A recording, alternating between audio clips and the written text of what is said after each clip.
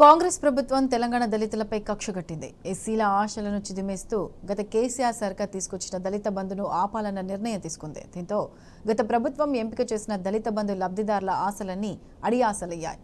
నోటిదాకా వచ్చిన దళిత బంధును లాక్కున్న కాంగ్రెస్ సర్కార్పై ఎస్సీలంతా మండిపడుతున్నారు.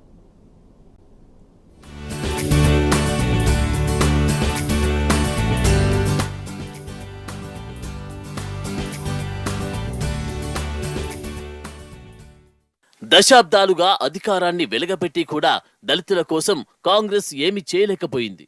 దీంతో దళితులు ఆర్థికంగా సామాజికంగా వెనుకబడిపోయారు. అలాంటి దళితుల తలరాతలు మార్చేందుకు దేశంలోని ఎక్కడా లేని విధంగా దళిత బంధు పథకాన్ని తీసుకొచ్చింది గత కేసీఆర్ సర్కార్.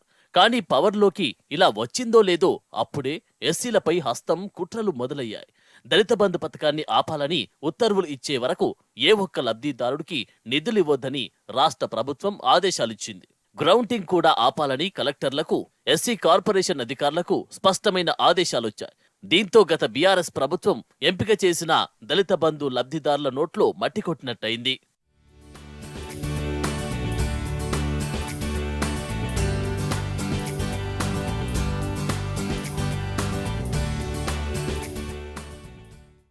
దళితుల ఆశలను కాంగ్రెస్ సర్కార్ చిదిమేసింది. దళిత బంధు పథకం మంజూరైతే తమ బతుకులు మారతాయని కలలు కన్నా దళితుల ఆశలు అడియాశలుగానే మిగిలిపోయాయి.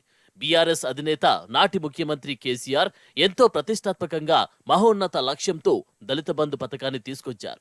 మొదటి విడతలో నియోజకవర్గానికి 100 మంది చొప్పున ఎంపిక చేసి అమలు చేసింది. వారంతా సొంతంగా వ్యాపారాలు చేసుకుంటూ దర్జాగా జీవిస్తున్నారు. సార్, నా పేరు నిరసనమెట్ల వెంకన్న. మాకు భూమి కానీ ఏమి కానీ లేదు. కాకపోతే మాకు కేసీఆర్ ఒక దళిత బంధు ప్రకటించిండు. దానివల్ల మేము లబ్ధి పొందాలని, మంచిగా డెవలప్ కావాలని మాకు ఆ సారు ఒక దళిత బంధు ప్రకటించిండు. దానివల్ల మేము ఎన్నో ఆశలు పెట్టుకున్నాము. కానీ గవర్నమెంట్ మారడం వల్ల చాలా మాకు నష్టం జరుగుతుంది. కాబట్టి మేము కోరేది కొత్త సీఎం గారి రేవంత్ రెడ్డి గారికి మా విజ్ఞప్తి మేరకు ఈ దళిత బంధు అనేది ఆల్రెడీ ప్రొసీడింగ్లు ఇచ్చిర్రు లక్ష్మీ గార్డెన్లో. కాబట్టి మా అందు దయ ఉంచి వచ్చిన దళిత బంధు కూడా డబ్బులు ఖాతాలో పడ్డాయి. 3 లక్షలు అభివృద్ధిని ప్రోత్సహించాలని సీఎం రేవంత్ రెడ్డి గారిని కోరుతున్నాము.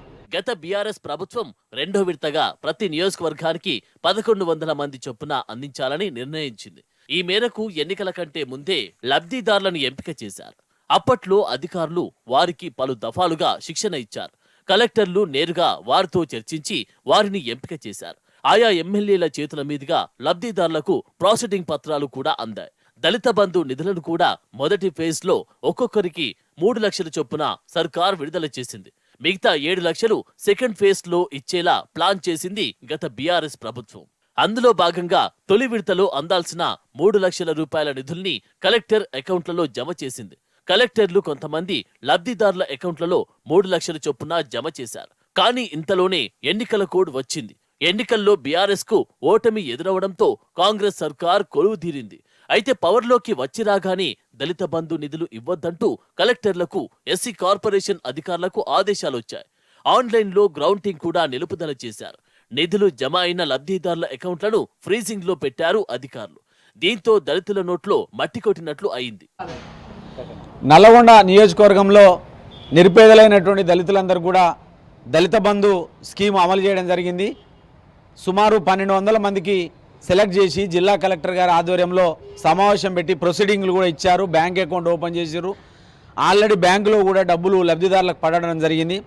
ఎన్నో సంవత్సరాలుగా ఎదురు చూశారు. ఇట్లాంటి స్కీము స్వాతంత్రం వచ్చినటి నుంచి కూడా ఇప్పటికి ఇట్లాంటి స్కీము రాలేదు.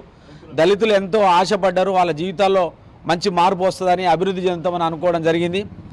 ఇప్పుడు ఈ ప్రభుత్వము దాన్ని ఆపడం అనేది జరిగింది. ప్రొసీడింగ్లు వచ్చి ఆన్గోయింగ్ ప్రాజెక్టులు ప్రభుత్వం ఇస్తామని అన్నది. కాబట్టి యథావిధిగా ఈ పథకాన్ని కొనసాగించి నల్గొండ నియోజకవర్గంలో ప్రొసీడింగ్ వచ్చినటువంటి ప్రతి ఒక్కరికి 10 లక్షల రూపాయలు ఇచ్చి ఈ ప్రభుత్వం ఆదుకోవాలని చెప్తున్నాం. ఈరోజు నల్గొండ నియోజకవర్గం దళితులకు గత ప్రభుత్వం ఇచ్చినటువంటి సుమారు 1055 మంది లబ్ధిదారులకు ప్రొసీడింగ్ కాపీలు ఇచ్చి లక్ష్మీ గార్డెన్లో అవగాహన సదస్సు పెట్టి ఇచ్చినటువంటి ప్రొసీడింగ్స్ను అమలు చేయాలని ఈ ప్రభుత్వం మా దళితులకు అమలు చేసి దళితుల జీవితాల్లో వెలుగులు నింపాలని కోరుకుంటూ ఈ ప్రభుత్వం సమాలోచన చేసి మాకు దళితుల పక్షాన మాకు న్యాయం చేయాలని కోరుకుంటూ ఒక ప్రభుత్వం అమలు చేసిన పథకాన్ని మరో ప్రభుత్వం వచ్చాక అమలు చేయాలన్నది సహజ సూత్రం.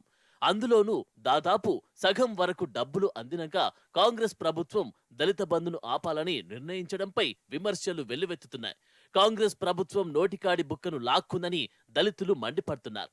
అకౌంట్లలో డబ్బులను ఫ్రీ చేయడం ఎంతవరకు సబబు అని ప్రశ్నిస్తున్నారు. దళితుల పాలిట ద్రోహి అస్తం పార్టీ అని ఎస్సీలు నిప్పులు చెరుగుతున్నారు. తెలంగాణ రాష్ట్రంలో గత ప్రభుత్వం మంచి పథకాన్ని దళితులకు ప్రవేశపెట్టింది.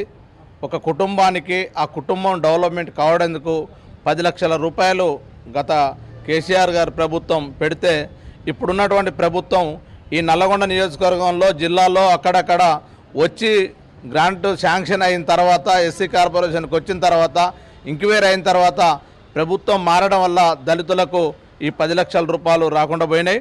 ఇప్పటికైనా ఈ ప్రభుత్వం పెద్ద మనసుతో ఆలోచించి ముఖ్యమంత్రి గారు దళితుల మీద ఏమాత్రం గౌరవం ఉన్నా ఇప్పుడు విడుదలైనటువంటి 10 లక్షల రూపాయలను దళితులకు విడుదల చేసి దళితులకు అభివృద్ధి కోసం తోడ్పడతారని చెప్పి మేము కోరుతా ఉన్నాం.